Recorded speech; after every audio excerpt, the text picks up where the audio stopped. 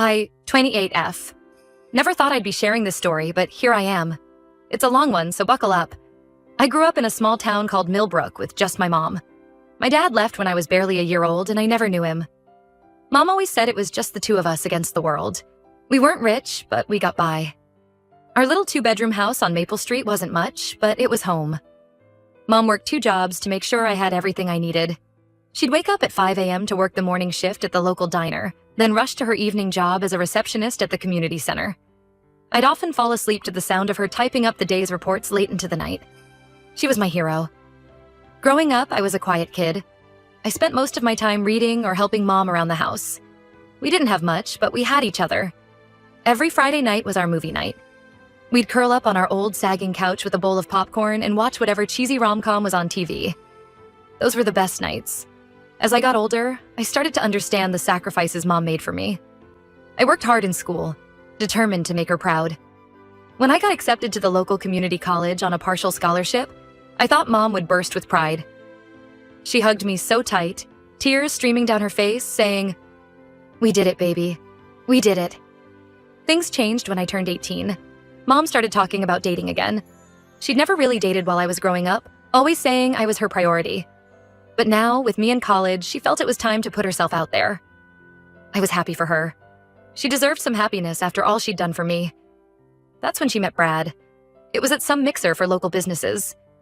Mom had just started a new job as an office manager at a small accounting firm, and Brad was there representing his real estate agency. He was charming, successful, and seemed to make her happy. At first, Brad was always dressed in fancy suits and driving nice cars. He'd take Mom out to expensive restaurants in the city and buy her gifts. I remember the first time he came to our house for dinner. He looked so out of place in our small, cluttered living room, but Mom was beaming. I was a bit wary, but Mom was so happy, I didn't want to rain on her parade. About 6 months into their relationship, I noticed Mom acting differently. She started making comments about how I should move out, get my own place. I was in college working part-time at the campus bookstore and couldn't afford it. When I reminded her of this, she'd get irritated and say I needed to figure it out. One night, I overheard Mom on the phone with Brad. She was talking in a hushed voice, but I could still hear her. "I know, honey. I'm working on it. She'll be out soon, I promise. Then it'll be just us." My stomach dropped. Was she talking about me? Things came to a head last month. I came home from class to find Mom and Brad in the living room. Mom looked furious, and Brad wouldn't even look at me. Mom said, "Brad's moving in next week. You need to be out by then." I was shocked. "What?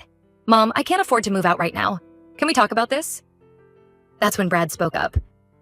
"I didn't know she had a grown daughter. This changes things." Mom turned on him. "What do you mean, changes things?" Brad stood up, straightening his tie. "Look, I'm not ready to be a stepfather. I thought we'd travel, enjoy life, not deal with this." He gestured at me like I was a piece of furniture. Mom's face went pale. She begged him not to leave, saying we could work it out. But Brad was already heading for the door. "It's over, Sandra. Call me when you've sorted out your situation." The door slammed behind him. Mom stood there frozen for what felt like forever. Then she turned to me, her eyes blazing with anger. "This is your fault," she hissed. "If you weren't here, he'd stay. You've ruined everything." I couldn't believe what I was hearing. "Mom, how can you say that? He's clearly a jerk who was just using you." She wouldn't listen. For the next week, she alternated between crying in her room and lashing out at me.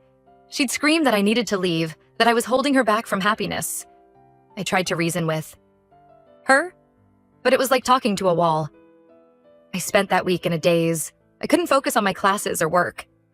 My friends noticed something was wrong, but I couldn't bring myself to explain. How do you tell people your mom chose a guy she'd known for 6 months over her own daughter? I tried to remind her of all we'd been through together. The time I got pneumonia when I was 12, and she stayed out for 3 nights straight to take care of me. Or when she lost her job during the recession, and we lived on ramen noodles for months. But she still made sure I had everything I needed for school. But it was like talking to a stranger. The mom I knew seemed to have disappeared. Last night, it all came to a head. Mom stormed into my room, waving her phone. "Brad texted me. He says he misses me, but he can't be with me while you're still here. You need to leave, now." I tried one last time to get through to her. "Mom, please, this isn't right. We're family. We've always been there for each other. Don't throw that away for some guy." She looked at me coldly. "You're not family anymore. You're just a burden. Get out."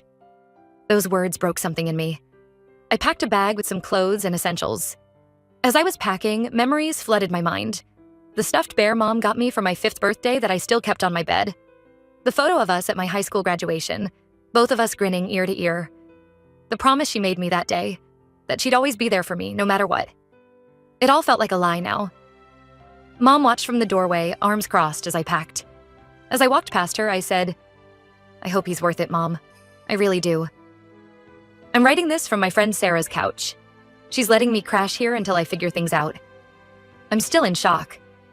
How could my mom, the woman who raised me, who I thought would always have my back, choose a man over me? The worst part is, I keep remembering all the good times. The way she'd sing off key while making pancakes on Sunday mornings. How she'd leave little encouraging notes in my lunchbox all through school. The pride in her eyes when I got my first A on a difficult math test. Was all of that fake?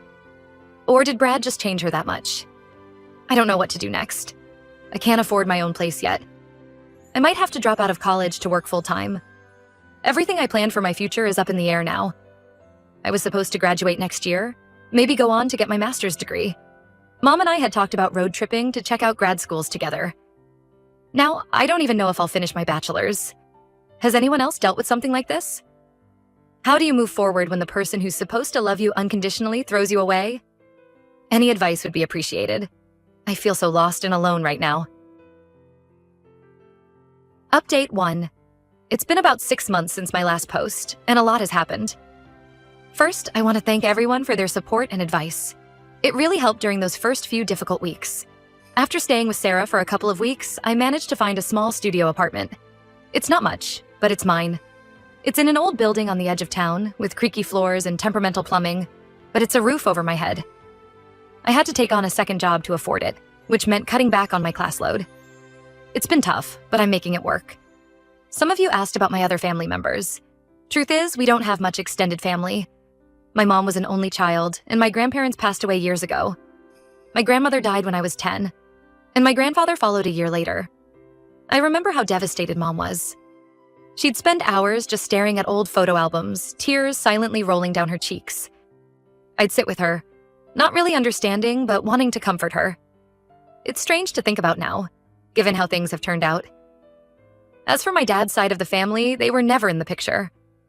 Mom didn't talk about my dad much, but from the little she did say, I gathered he wasn't a great guy. Once, when I was about 14, I found an old letter from him hidden in a drawer. It was full of empty promises and excuses.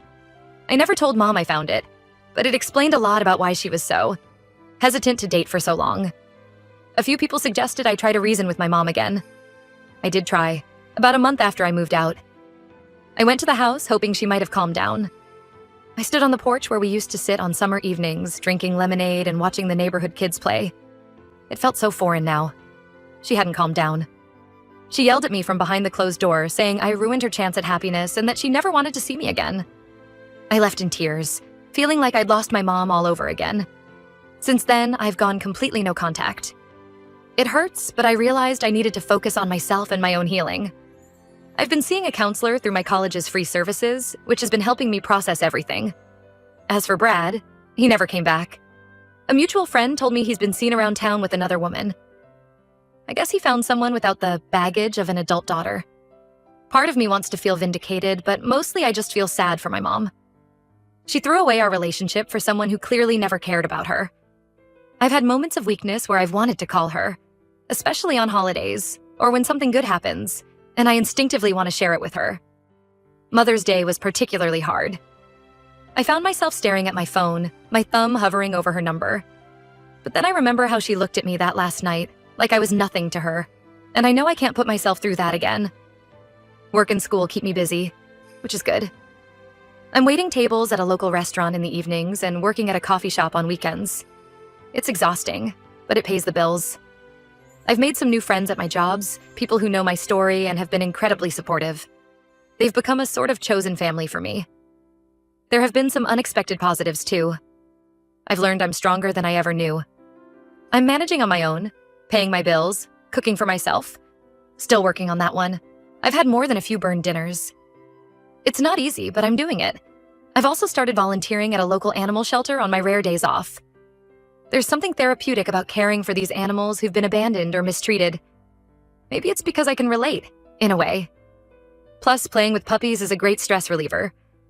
I still have days where the pain feels fresh, where I miss the mom I thought I had. Like when I aced a really tough exam and my first instinct was to call her and share the news. Or when I was sick with the flu last month, and all I wanted was her homemade chicken soup and comforting presence. But those days are getting fewer and farther between. I'm learning to build a life for myself, on my own terms. I'm even thinking about changing my major. I was studying business because that's what Mom always said was practical. But now I'm considering switching to social work. Maybe I can help other people who've been through similar situations. Again, thank you all for your support. It means more than you know. To those who shared similar stories, know that you're not alone. We're all just doing our best to navigate this messy thing called life. Update 2. It's been just over 2 years since my original post. I wasn't planning on updating again, but something happened recently that I needed to get off my chest. First, a quick recap of the past year and a half. I graduated college. It took an extra semester, but I did it. Got a decent job in my field and moved to a slightly bigger apartment. Things have been pretty stable, all things considered. I did end up changing my major to social work, and I'm now working at a youth center helping kids from troubled homes. It's challenging work, but incredibly rewarding. Sometimes I see echoes of my own story in these kids, and it makes me even more determined to help them. My new apartment is in a different part of town, far from my childhood home. It's small, but it has a tiny balcony where I've started growing herbs and flowers. There's something satisfying about nurturing these plants, watching them grow day by day. It's become a kind of therapy for me. I've made new friends too. There's a group of us who get together every week for a potluck dinner. We take turns hosting, and it's become a highlight of my week. It's nice to have people to laugh with, to share the ups and downs of life. They've become the family I choose. Now, on to the recent event. Last week, I got a call from an unknown number. Usually I let those go to voicemail, but something made me answer. It was my mom.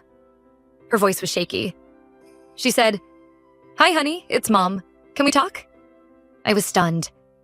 After a moment of silence, I managed to ask, "Why now?" She started crying. Between sobs, she told me that Brad had left her for good about 6 months ago. Apparently, he'd been cheating on her with multiple women. She said she tried to win him back, but he told her he never really loved her, that she was just convenient. As she talked, memories flooded back. The sound of her laugh, the smell of her perfume, the way she used to hug me when I was upset. For a moment, it was like no time had passed at all. But then I remembered that night, the coldness in her eyes, and reality came crashing back. Mom went on to say that she's been alone since then. She tried reaching out to old friends, but most of them had drifted away during her relationship with Brad. She said she realized how much she'd pushed people away, especially me.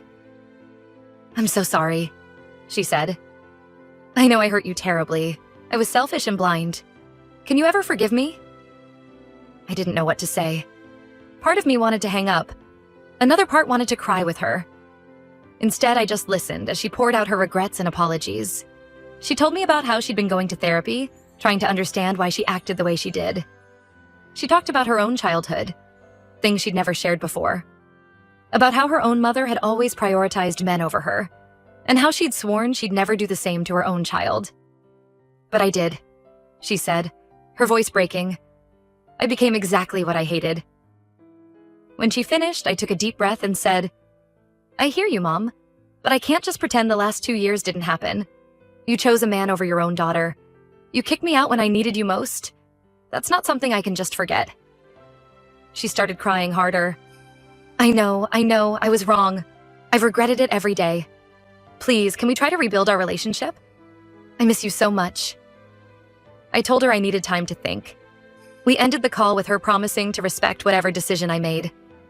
Since then, I've been a mess of emotions. Anger, hurt, sadness, and even a bit of hope are all swirling around inside me. Part of me wants to give her another chance.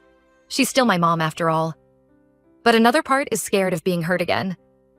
I keep thinking about all the milestones she's missed. My college graduation, my first real job, my first apartment that wasn't a tiny studio. I've built a life without her, and the thought of letting her back in is terrifying. But then I remember the good times too. The way she'd sing me to sleep when I was little.